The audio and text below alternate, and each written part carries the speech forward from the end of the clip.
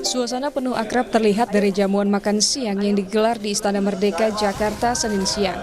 Presiden Jokowi mengundang 3 baca pres secara khusus untuk makan siang bersama. Tentu pemandangan ini baru pertama terlihat yang mana 3 baca pres bertemu satu meja bersama dengan Presiden Jokowi.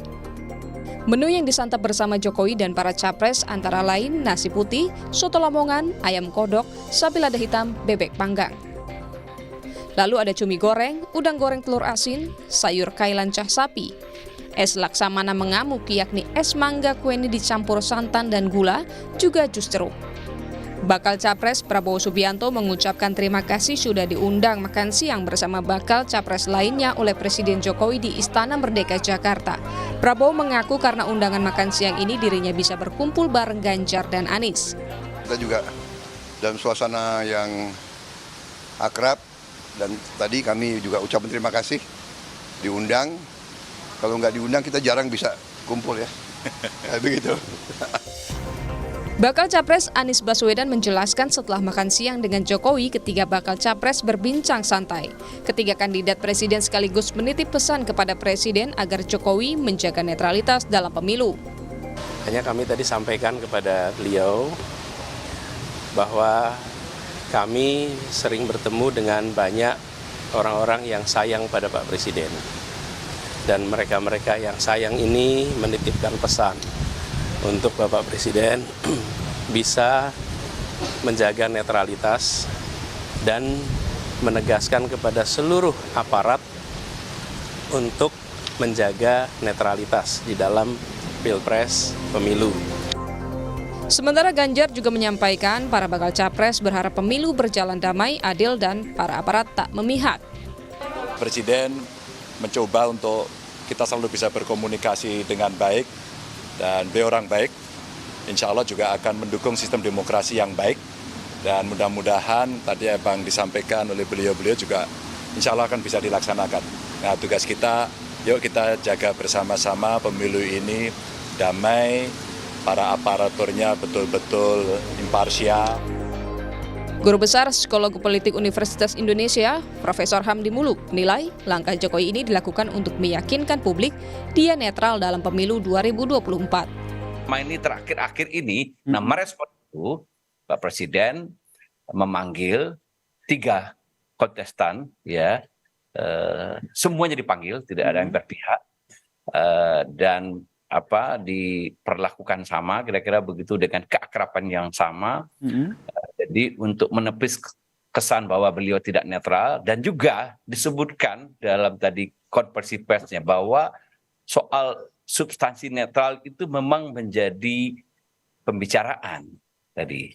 Jadi tadi Pak Anies yang mengemukakan kan bahwa ada tudingan Pak tidak netral, tapi Jokowi menjawab, saya akan perintahkan seluruh jajaran saya mulai dari TNI, Polri, ANS, dan semua perangkat-perangkat negara untuk netral. Jadi ada semacam assurance lah, dipastikan bahwa pesannya, artinya kesannya kan jadi bagus sekarang.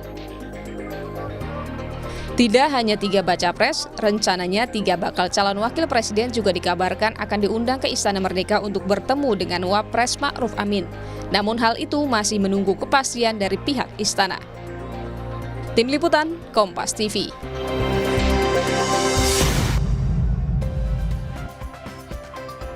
Saudara, secara mengejutkan Presiden mengundang 3 bakal calon presiden 2024 di Pilpres 2024 untuk makan siang bersama di Istana Merdeka, Jakarta. Dan hal ini baru terlihat pertama kali, saudara, sejak tahapan Pilpres dimulai.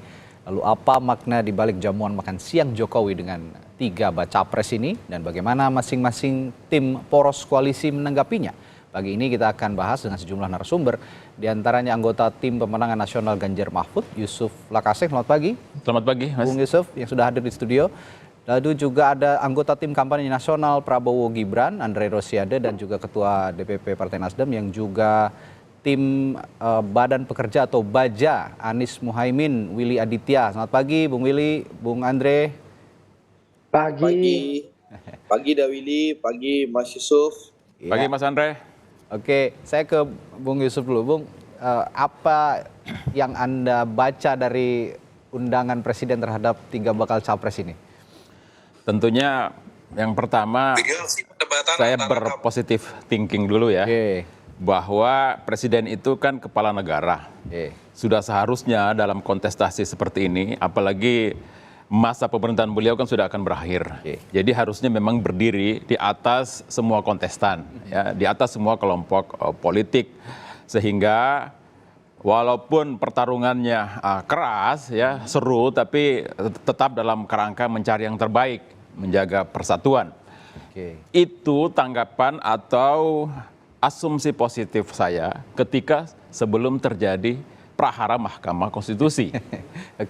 Karena ini terjadi setelah prahara Mahkamah Konstitusi, maka yang kedua adalah banyak orang bilang ini adalah usaha presiden sendiri untuk merecovery kembali citranya yang karena peristiwa Mahkamah Konstitusi yang dipelesetkan publik sebagai mahkamah keluarga itu, sentimen negatif terhadap beliau sangat tinggi sekali, meluas, dan di titik nadir.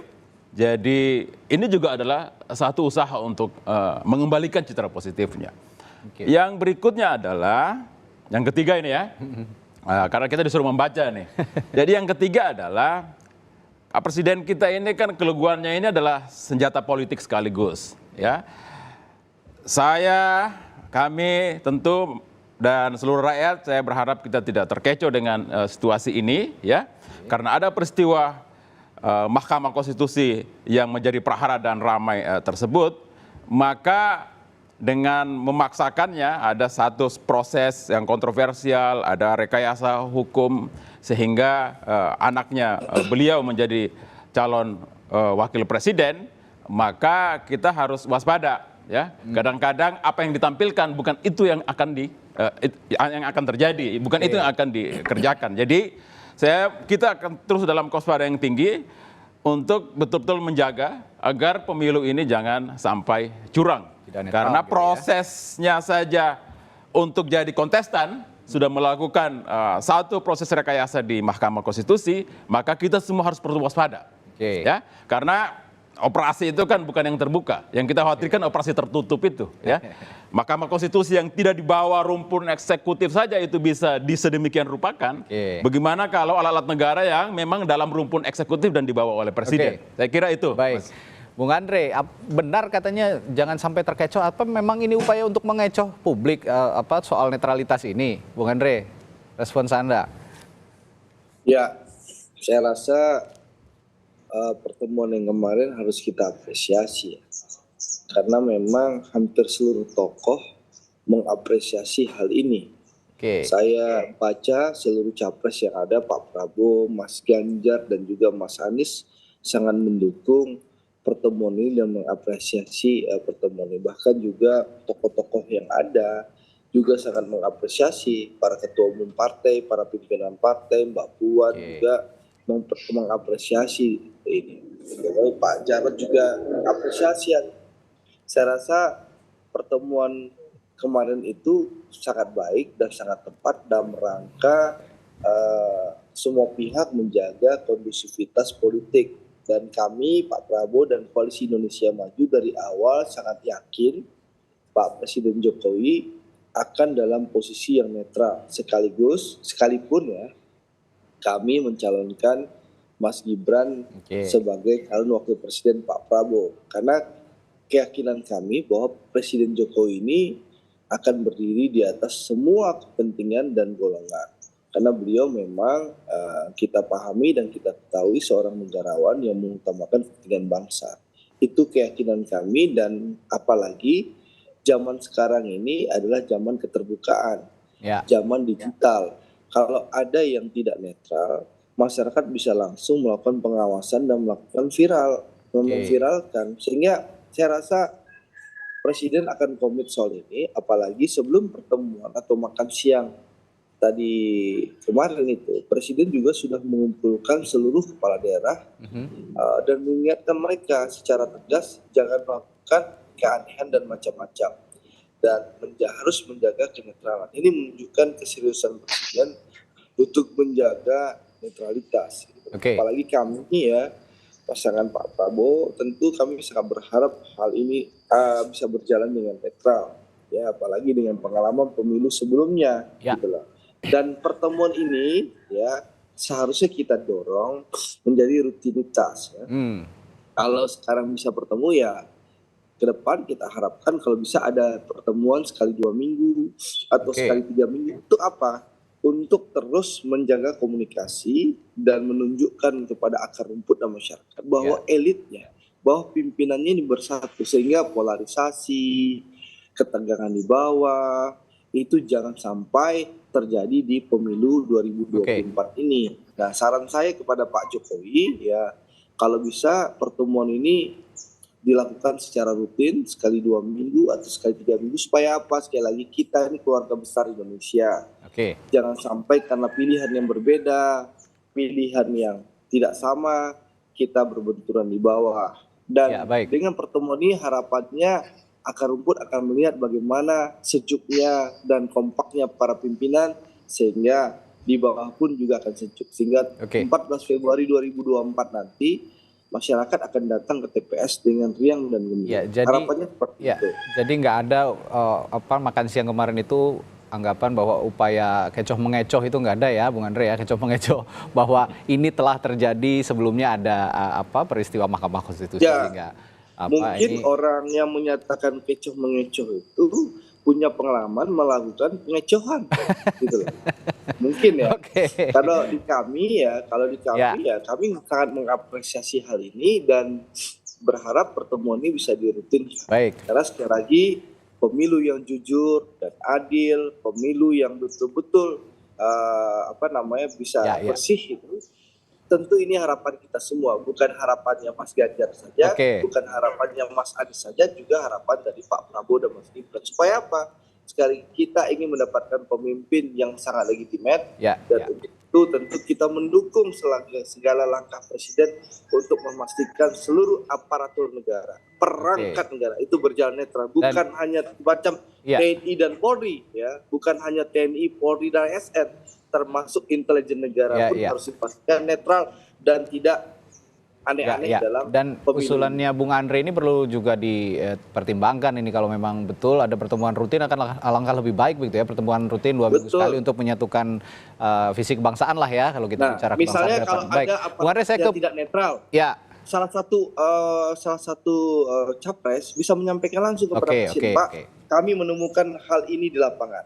Tolong tindakannya, begitu loh, Pak. Baik. Ya, saya ke Bung Willy. Bung Willy, ini sepertinya publik agak terkejut ya begitu ya, kalau dibilang agak terkejut tiba-tiba ada undangan Presiden kepada bakal capres, sepertinya terkesan agak mendadak begitu. Apakah betul undangan ke tim Baja Amin ini juga masuknya mendadak karena kita para jurnalis juga baru menerima kabar saat sebelum makan siang bersama Presiden ini terjadi begitu. Bung Willy, cerita sesungguhnya seperti apa? Ya, memang agendanya agak dadakan, tapi segala sesuatu, kalau kata Rendra itu, kalian punya niat baik, kami punya niat baik, tapi kadang-kala niat baik kita saling berlaga. Nah, kita tentu apa yang Andre katakan, ya kita apresiasi inisiatif dari Presiden Jokowi untuk duduk bersama, makan bersama. Ini kan politik ini penuh dengan simbolisasi. Kalau kita orang Timur itu seribut apapun, kalau sudah duduk bersama dan apalagi sudah makan bersama, seolah-olah tidak ada persoalan itu. Nah, itu kan yang ditangkap oleh publik ya. Kalau di kampung Andre ini kalau orang sudah bisa duduk bersama dan makan bersama, apa yang terjadi itu udah lupa itu. Apalagi perutnya udah kenyang itu ya. Tapi setidak-tidaknya ini adalah sebuah bangunan narasi yang baik. Kontestasi adalah sebuah keniscayaan ya. Tentu apa yang diundang oleh Presiden itu untuk menegaskan juga apa yang ditegaskan oleh Mas Anies kemudian oleh Mas Ganjar ya, bagaimana satu karena ini kontestasi dan transisi kekuasaan itu menjadi mekanisme demokratik dalam sistem ketatanegaraan kita, bagaimana kemudian menjaga netralitas aparat penegak hukum, apalagi penyelenggara pemilu gitu. Itu menjadi satu hal yang sangat krusial karena catatan kita itu bagaimana rusaknya demokrasi ketika aktor-aktor iliberal, aktor-aktor yang bukan pemain justru terlibat sangat jauh ke dalam ya. Itulah yang kita katakan dengan cawe-cawe dalam proses kontestasi. Nah, tentu masyarakat juga sudah melek dengan digitalize ini. Semua sekarang no viral, no justice. Nah, mari kita sama-sama menjaga demokrasi kita menjadi satu hal yang lebih matang, yang lebih sehat untuk kemudian political will kita sama-sama ya. Siapapun yang menang itu adalah kemenangan rakyat Indonesia dan mari kita sama-sama berlaga penuh dengan kejujuran, hal yang adil, akuntabel dan transparan. Baik, ya saya kembali ke Bung Yusuf. Bung Yusuf, ada kekhawatiran, oke, boleh lah ya begitu. Masih ada harus ada pengawasan yang ketat. Tapi kan bakal capres Anda sendiri, Pak Ganjar Pranowo itu sudah menyatakan bahwa ini upaya yang baik begitu dari Presiden sehingga dia percaya, Pak Ganjar percaya bahwa Presiden orang baik sehingga bisa menyelenggarakan atau mengawal pesta demokrasi ini dengan sangat adil, jujur begitu ya. Nah, tapi dari Anda sendiri sepertinya kekhawatiran itu masih mengerucut begitu. Nah, apa yang Anda lihat sebenarnya kekhawatiran seperti apa yang dikhawatirkan oleh Anda karena dua narasumber kita juga yang lain ini tadi mengatakan bahwa saat ini kan media digital juga sudah luas, mengawasinya lebih mudah begitu. Ya. Silakan. Ya, kalau mau curang kan banyak cara ya. Apalagi kan tangan kekuasaan bukan hanya tangan terlihat, ada tangan tidak terlihat. Ada operasi-operasi yang juga tidak perlu dinampakkan ya, karena memang tidak perlu dinampakkan, gitu. Karena itu akan mengundang reaksi publik ya. Tapi kita menjaga-jaga karena begini, Pak Presiden kita akhir-akhir ini kan seperti kata Pak Prabowo ya, pagi tempe sore tahu, ya kan sebelumnya bilang bahwa Mas Gibran tidak logis dicalonkan, ya. Karena bla bla bla ya, tapi kemudian setelah itu dicalonkan, orang tua hanya merestui. Tapi kalau kita baca kemarin sebuah investigasi majalah terkenal di Indonesia yang sangat kredibel, kita lihat tuh siapa mastermind-nya, bagaimana operasinya, mulai dari di MK yang begitu kontroversial itu sampai pada deklarasi dan pencalonan. Tentunya ya, saya sebagai pemilih Jokowi ya, 2 periode. Kalau Mas Andre kan belum pernah pilih Jokowi ya. Kali ini akan memilih tapi bukan memilih Jokowi, tapi memilih anaknya gitu ya. Nah, tentu kita menempatkan Jokowi ini sebelumnya sebagai negarawan ya. Tapi setelah peristiwa MK itu tidak bisa membohongi diri saya sendiri bahwa menurut saya Jokowi gagal sebagai negarawan ya. Dengan peristiwa yang terjadi ini, dia tidak lebih hanya seorang politisi biasa saja yang juga kalau sudah lengser seperti ada wali kota yang lain, gubernur yang lain, ingin anaknya yang akan melanjutkan atau dinasti politiknya ya. Nggak ada masalah itu, tapi jangan hukum diterabas gitu ya. Itu yang menjadi masalah ya. Gitu ya. Tentunya pertemuan kemarin saya apresiasi betul ya. Bahwa itu baik karena memang kepala negara harus berdiri atas semua kontestan kan, agar sejuk, agar guyup, biarlah kandidat yang bertengkar dan pertengkarannya itulah pertengkaran ide, pertengkaran gagasan, pertengkaran pikiran ya.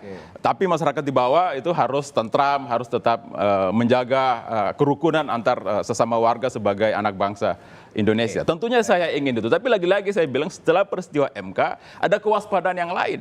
Ya kan? Karena memang faktanya menunjukkan bahwa ya pagi tempe sore tahu gitu ya. Jadi itu yang tidak bisa disembunyikan. Kita kan harus jujur dengan fakta-fakta dan fakta-fakta itu yang memandu kita pada kesimpulan-kesimpulan itu. Ya, sepertinya di sini Bung Andre ada pemilih Jokowi yang kecewa begitu ya Bung Yusuf ini. Nah, sepertinya juga narasi soal tidak demokratisnya proses pengusungan Gibran Rakabuming Raka sebagai bakal cawapres akan terus digaungkan oleh lawan-lawan politik Anda. Tapi saya akan meminta respons Anda bagaimana narasi-narasi ini kemudian bisa ditepis begitu dari kubu Anda. Saya akan tanyakan kepada Anda setelah jeda. Tetaplah bersama kami di Sapa Indonesia Pagi. Masih di Sapa Indonesia Pagi, masih membahas makna dari bakal calon presiden, 3 bakal calon presiden yang diundang makan siang oleh Presiden Joko Widodo. Nah, tadi saya bertanya ke Bung Yusuf Lakaseng, sepertinya ada kekecewaan sebagai pendukung Jokowi 2 periode gitu ya, Bung. Saat ini sepertinya ada kekecewaan karena menilai Bung Yusuf tadi bahwa proses di Mahkamah Konstitusi yang melanggengkan, ya kasarnya melanggengkan ya, anak sulung dari Presiden Joko Widodo menjadi calon wakil presiden ini sepertinya ada kecacatan hukum seperti Bung Yusuf Lakaseng bilang. Tapi saya minta tanggapannya Bung Andre. Nah, ada kekecewaan dari dua periode pendukung Jokowi nih di studio Kompas TV, Bung Andre. Lalu narasi ini sepertinya akan terus bergaung nih soal Mahkamah Konstitusi yang tidak konstitusional begitulah ya penilaiannya terhadap pengusungan Mas Gibran. Ini akan terus bergaung sebenarnya selama masa kampanye nanti. Apa yang Anda bisa counter gitu dengan narasi-narasi seperti ini? Ya, yang pertama ya saya ingin sampaikan kalau di pihak kami Pak kepada seluruh pendukungnya bahwa cukup bicara hal-hal yang positif tentang Pak Prabowo dan Mas Gibran. Gitu ya. Bagaimana kami menyampaikan kepada rakyat soal program, visi dan misi Pak Prabowo kepada masyarakat. Itu yang diminta oleh Pak Prabowo tanpa perlu menyerang, menyampaikan hal-hal yang negatif terhadap kandidat lain. Itulah yang disampaikan, yang ditegaskan oleh Pak Prabowo kepada kami semua. Itu yang pertama. Yang kedua, soal MK, sekali lagi saya bukan pakar hukum, bukan pengamat hukum, tapi putusan MK ini final dan mengikat. Saya rasa kalau masih ada yang tidak puas kan sudah ada majelis etik di Mahkamah Kehormatan Mahkamah Konstitusi. Kita tunggu saja hasilnya ya, karena saya tidak mengerti hukum dan bukan pakar hukum ya. Yang ketiga soal kekecewaan ya itu hak masing-masing ya. Sekali lagi, tapi yang pasti Mas Gibran sebagai rakyat Indonesia punya hak untuk dipilih dan memilih. Dan bicara politik dinasti, saya mengutip pernyataan Mas Hasto dan Mbak Puan bahwa beliau berdua waktu Mas Gibran maju sebagai kandidat wali kota Solo waktu berapa tahun lalu, beliau menyampaikan hal ini bukanlah politik dinasti. Karena Mas Hasto dan Mbak Puan menyampaikan bahwa jabatan politik dinasti itu ditunjuk. Kalaupun jabatan wali kota itu melalui kontestasi, pemilihan langsung oleh rakyat. Nah, Mas Gibran bisa terpilih maupun tidak, kita kembalikan kepada rakyat. Sehingga itu tidak dianggap politik dinasti oleh Mas Hasto dan Mbak Puan waktu Mas Gibran mencalonkan diri menjadi calon wali kota Solo tahun 2020 yang lalu. Dan juga saat ini Mas Gibran juga ikut kontestasi menjadi wakil presiden Pak Prabowo, bisa terpilih, bisa juga tidak, karena ujungnya ada di tangan rakyat. Dan saat ini kan masyarakat sangat mengikuti, sangat aware. Dan tadi yang saya sampaikan, ini sudah dunia digital, semua orang bisa memviralkan. Makanya saya usulkan sekali 2 minggu pertemuan ini dirutinkan saja, sehingga kalau misalnya Mas Yusuf Lakaseng punya ketidakpuasan, menemukan data. Nah, dalam pertemuan itu Mas Ganjar bisa menyampaikan kepada Pak Jokowi. Seperti itu. Dan soal apakah ini akan dilakukan terus-menerus oleh kubunya Mas Yusuf Lakaseng atau kubu Mas Ganjar, itu hak masing-masing. Biarkanlah masyarakat menilai ya. Yang jelas, saya memaklumi bahwasanya kenapa Mas Yusuf Lakaseng dan kawan-kawan kecewa, karena memang di hitung-hitungan berbagai lembaga survei, Mas Ganjar itu kan akan menang telak di Provinsi Jawa Tengah. Battleground itu akan terjadi di Provinsi Jawa Timur, karena memang Jawa Tengah dianggap itu basisnya Mas Ganjar, Banten dan Jawa Barat itu dianggap basisnya Pak Prabowo, lalu DKI Jakarta adalah basisnya Mas Anies. Sehingga battleground itu hanya di Jawa Timur. Nah, ya, Bung Andre? Ya, suaranya sepertinya termute, Bung Andre. nggak jelas kok suaranya. Saya merasakan ada kekhawatiran yang begitu besar dari kubunya Mas Yusuf Lakaseng ya, bahwasanya dengan hadirnya Mas Gibran jadi cawapres Pak Prabowo, rencana kemenangan besar di Jawa Tengah itu terancam, terancam sehingga muncullah ketidakpastian karena belum tentu bisa menang di Jawa Tengah. Kalaupun menang mungkin tipis. Ini yang muncul kekhawatiran, ketakutan kalah itu muncul sehingga muncul rasa emosi dan menanggapinya secara keras. Itu analisis. Bisa benar, bisa juga salah. Tapi apapun itu, saya ingin menyampaikan, kita harus meyakinkan masyarakat, harus bisa memastikan bahwa pemilu 2024 ini jauh dari polarisasi, jauh dari segala fitnah, jauh segala hoax. Kenapa? Sekali lagi, karena rakyat sudah capek dengan segala hoax, fitnah, dan polarisasi. Untuk itu kewajiban kami dan saya rasa kewajiban seluruh elit yang ada, baik di kubunya Pak Prabowo, kubunya Mas Ganjar, dan kubu Mas Anies, memastikan bahwa pemilu 2024 ini riang dan gembira dan memastikan bahwa masyarakat datang ke TPS itu dengan hati senang bahwa akan menyambut pemimpin baru yang tentu bisa melanjutkan kepemimpinan Pak Jokowi. Bung Willy, ini ada gagasan dari Bung Andre sebagai tim kampanyenya Pak Prabowo dan Mas Gibran ini untuk ada pertemuan rutin katanya untuk 3 bakal capres 2 minggu sekali atau 3 minggu sekali dengan Presiden Joko Widodo. Nah, apakah kemarin juga Mas Anies Baswedan kan menyampaikan setelah bertemu bahwa sikap netral disampaikan kepada Presiden agar bisa menjaga kualitas pesta demokrasi ini dengan baik begitu. Nah, kalau usulannya atau gagasannya Bung Andre itu diusulkan begitu, Anda dari tim Mas Anies dan Gus Muhaimin siap untuk memenuhi gagasan itu, Bung Willy? Iya, tugas Presiden sebagai kepala negara tidak hanya memastikan transisi demokrasi ini berjalan secara baik, jujur, dan adil tetapi juga memberikan pelayanan kepada rakyat Indonesia. Itu yang jauh lebih fokus Karena apa? Dalam kontestasi seperti ini acap kali kalau kita belajar ketika orang rangkap jabatan maka kemudian rakyat akan jadi yatim piatu Konsennya akan tidak lagi mengurus rakyat tapi konsennya lebih kepada transisi kekuasaan. Jadi kalau toh Presiden punya agenda untuk mengumpulkan sharing dengan para kandidat, saya pikir tidak juga dalam konteks ada waktu yang dijadwalkan. Ini kan bukan pembantu Presiden ini kan juga bukan aliansi gitu Tapi tugas Presiden adalah memastikan ini berjalan sesuai dengan konstitusi yang berlaku, dengan hukum yang ada, dengan beliau sebagai kepala negara, dan kemudian memastikan bagaimana rakyat yang banyak tetap mendapatkan perhatian khusus, perhatian penuh dari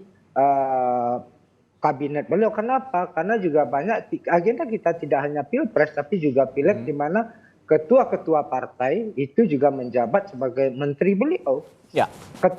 Anggota-anggota kabinet juga maju sebagai anggota legislatif. Maka kemudian yang menjadi agenda utama adalah rakyat, kembali ke bab 1 pasal 1 ayat 1 adalah rakyat adalah pemilik kedaulatan. Maka kemudian serahkan tanggung jawab yang diberikan oleh mereka kepada pemerintahan untuk kemudian melayani mereka. Itu yang pertama. Jadi saya melihat itu tidak terlalu urgent untuk kemudian ada agenda yang diorganisir, dirutinkan. Yang kedua adalah yang harus kita lihat,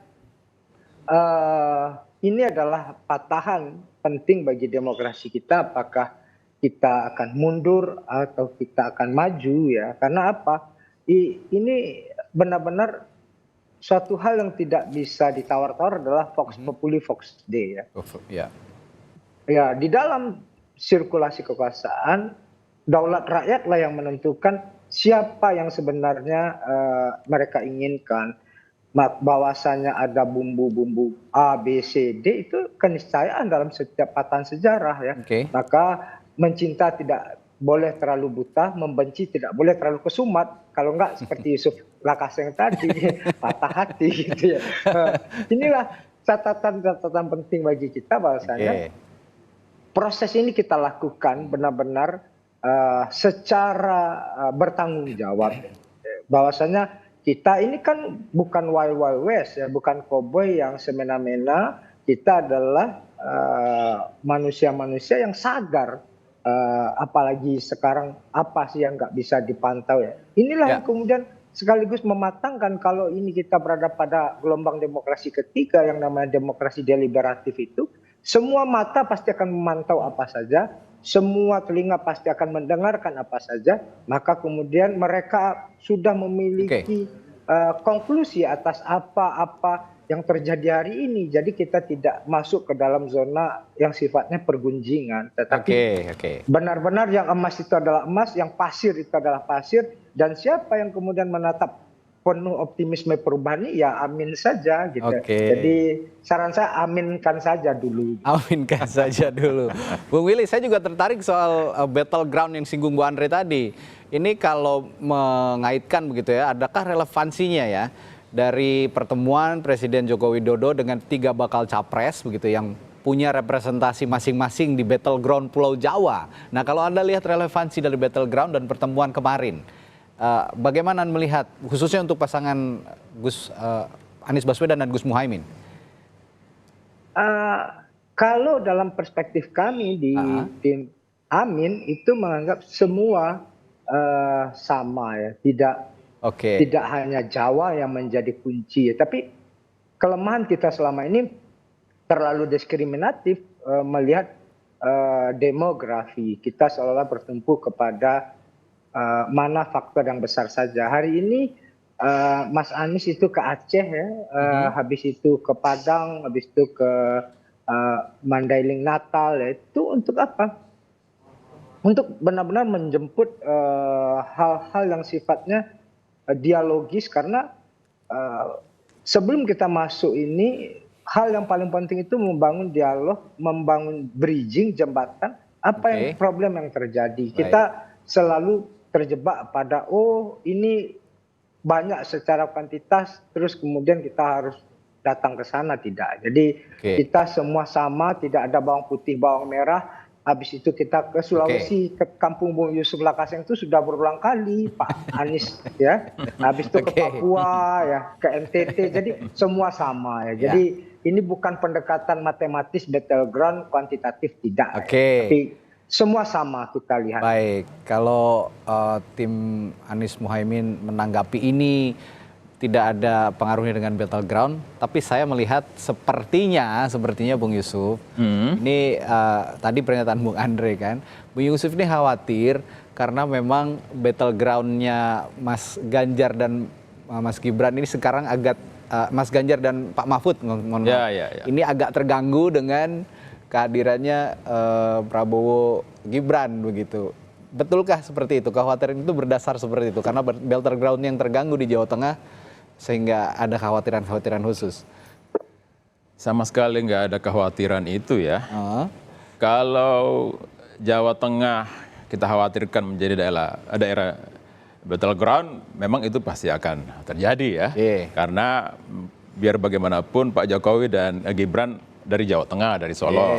Tapi nggak ada khawatir sama sekali. Justru dukungan terhadap Ganjar makin mengkristal kali ini karena ada PDIP yang sangat kuat di sana. Dan proses masuknya Gibran kan abnormal gitu ya. Jadi orang sudah tahu untuk melihat proses MK dan proses pencawapresan Mas Gibran ini kan nggak perlu pintar-pintar amat menganalisinya. Rakyat cukup pakai hati nuraninya saja. sudah akan tahu, sudah akan merasakan betapa ngenesnya gitu, betapa prihatinnya dengan situasi ini. Seorang yang dielu-elukan gitu ya, ternyata ya tidak tahan terhadap godaan kekuasaan ya. Padahal dalam demokrasi itu kan rakyat kedaulatan itu di tangan mereka ya. Di antara mereka untuk memilih satu orang yang akan mengelola pemerintahan dalam limitasi waktu 5 tahun, lalu 5 tahun lagi 10 tahun. Jika itu sudah selesai, maka kembalikanlah mandat itu kepada rakyat. Biar rakyat akan menentukan siapa pemimpin selanjutnya. Jika pemimpin sebelumnya itu meninggalkan satu standar kepemimpinan yang bagus, yang tinggi, itu justru bagus. Pasti nanti pemimpin berikutnya yang lahir itu diharapkan standarnya akan lebih tinggi lagi. Tapi jangan coba-coba ya sebagai orang yang menjalankan mandat rakyat itu lalu menganggap bahwa dialah yang punya otoritas untuk hanya memikirkan, hanya dia yang punya otoritas untuk memikirkan masa depan ini. Bahwa pikirannya lah yang benar, pikirannya lah yang baik. Emang 280 juta rakyat ini nggak berpikir soal nasib bangsa ini. Dan itulah gunanya pemilu gitu kan. Jadi sangat disayangkan ya. Seorang yang sebelumnya kita harapkan bisa jadi negarawan, tapi ya menjadi politisi biasa, tidak tahan terhadap godaan, sehingga membangun dinasti politik yang itu caranya melabrak banyak hal, etika, kepantasan, rekayasa hukum, bahkan dibumbui dengan pengkhianatan. Jadi ini adalah satu catatan ya dalam sejarah kita. Pak Harto itu 30 tahun berkuasa, tapi anaknya hanya sampai Menteri Sosial aja, ya kan? Pak Jokowi 9 tahun anaknya calon wakil presiden, pakai dengan cara merekayasa MK lagi. Jadi, tapi kan masih calon. Ya, itu benar. Belum tentu calon. Orang kan bilang bahwa nggak ada dinasti kan lewat mekanisme pemilihan. Iya, tapi dalam politik modern saat ini yang dimaksud dengan dinasti itu adalah pemilihan itu, demokrasi itu tinggal hanya satu prosedural formal saja. Prosesnya sudah direkayasa, sudah diatur sedemikian rupa oleh tangan-tangan kekuasaan. Dan kita lihat kan curhatan Pak Arief Hidayat sebagai hakim konstitusi kan, mengatakan dan itu viral bahwa negara ini tidak sedang baik-baik saja. Jadi memang harus kita jaga betul agar negara ini pemilu akan baik-baik saja, jangan ada kecurangan. Karena jika ada kecurangan, saya menyimpulkan, saya ini aktivis 98, Pak. Saya bisa mencium gitu, bahwa kalau ada kecurangan, people power itu tidak akan terhindarkan. Siapapun akan dia sapu. Siapapun akan jadi Soeharto baru nanti dibuat oleh rakyat. Karena rakyat kita berdaulat. Ya. Ini juga ya saya setuju untuk mengawal sama-sama pemilu agar tetap demokratis begitu ya. Kekhawatiran itu wajar sehingga people watch, media watch, kita juga sebagai media juga sama-sama mengawasi begitu. Nah, saya juga singkat Bung Andre untuk menutup. Kemarin kan ada narasi setelah bertemu dengan Presiden begitu ya, Anies Baswedan mengatakan berpesan bahwa ada rakyat yang sayang dengan Presiden Jokowi, menitipkan pesan agar Presiden netral pada saat pemilu 2024. Lalu juga Mas Ganjar juga begitu, percaya bahwa Presiden Jokowi orang baik begitu ya, sehingga akan menjaga netralitas. Tapi secara gamblang, secara eksplisit begitu, saya tidak melihat itu keluar dari mulutnya Pak Prabowo. Nah, apakah penegasan soal netralitas masih masih menjadi tanda tanya di kubunya Pak Prabowo dan Gibran? Bung Andre? Itu sekali lagi kita mendukung netralitas ini. Tadi kan saya sudah sampaikan, jelas nggak suara saya? Ya, silakan Bung Andre. Halo? Ya, silakan Bung Andre. Suara saya apakah jelas? Jelas Bung Andre. Ya, suara saya jelas nggak? Jelas. Suara saya jelas kan? Silakan. Ya, begini. Sekali lagi tentu dari awal kami sudah menyampaikan bahwa kubu Pak Prabowo jangan sampai pemilu ini dirusak oleh cara-cara, sudah mendukung dari awal dan kita percaya ya Pak Jokowi adalah figur yang sangat netral ya. Yang bisa seorang negarawan yang bisa menjaga situasi kondusif dan juga memastikan tidak ada kecurangan dan seluruh aparatur yang ada, baik aparat ASN ya sub intelijen pun harus dipastikan netral, tidak bermain untuk kandidat capres tertentu maupun partai politik. Itu yang kedua adalah tentu sekali lagi ya ini ya di ujungnya adalah rakyat. Rakyat yang akan menentukan pilihan itulah. Apakah Mas Gibran itu akan terpilih atau tidak ya. Karena rakyat akan sangat rasional, akan menggunakan hak pilih pemimpin mana yang bisa melanjutkan keberhasilan Pak Jokowi. Lalu yang ketiga, soal sekali lagi ya, politik dinasti. Politik dinasti ini sudah banyak terjadi di Indonesia. Bukan hanya karena Mas Gibran mau jadi calon wakil presiden saja. Tapi saya kasih contoh ya, saya ini di Sumatera Barat. Saya ini orang Sumatera Barat, kebetulan di kampung saya itu Pak Gubernur Sumatera Barat punya istri yang maju jadi anggota DPR RI dan anak yang menjadi anggota DPRD provinsi. Itu Gubernur Sumatera Barat sekarang namanya Pak Mahyildi. Lalu yang kedua, Gubernur Sumatera Barat sebelumnya Pak Mahyildi namanya Pak Irwan Prayitno. Pak Irwan Prayitno hari ini maju sebagai calon anggota DPR RI, istrinya maju sebagai calon anggota DPR RI lagi, besannya maju sebagai calon anggota DPR RI, anak dan mantunya juga maju menjadi caleg. Bahkan di partai Mas Yusuf Lakasin pun juga terjadi kan. Pak Haritanu bersama anak-anak dan keluarganya juga maju di kontestasi Pileg 2024. Itu apakah menunjukkan politik dinasti? Ya. Tentu tidak. Karena apa? Karena ujungnya kembali ke rakyat. Bukan ditunjuk seperti Pak Harto menunjuk Mbak Tutut menjadi Menteri Sosial. Itulah. Ya. Itu yang dinasti. Ditunjuk, diserahkan, diberikan jabatan. Tapi ini melalui kontestasi pemilihan langsung oleh rakyat.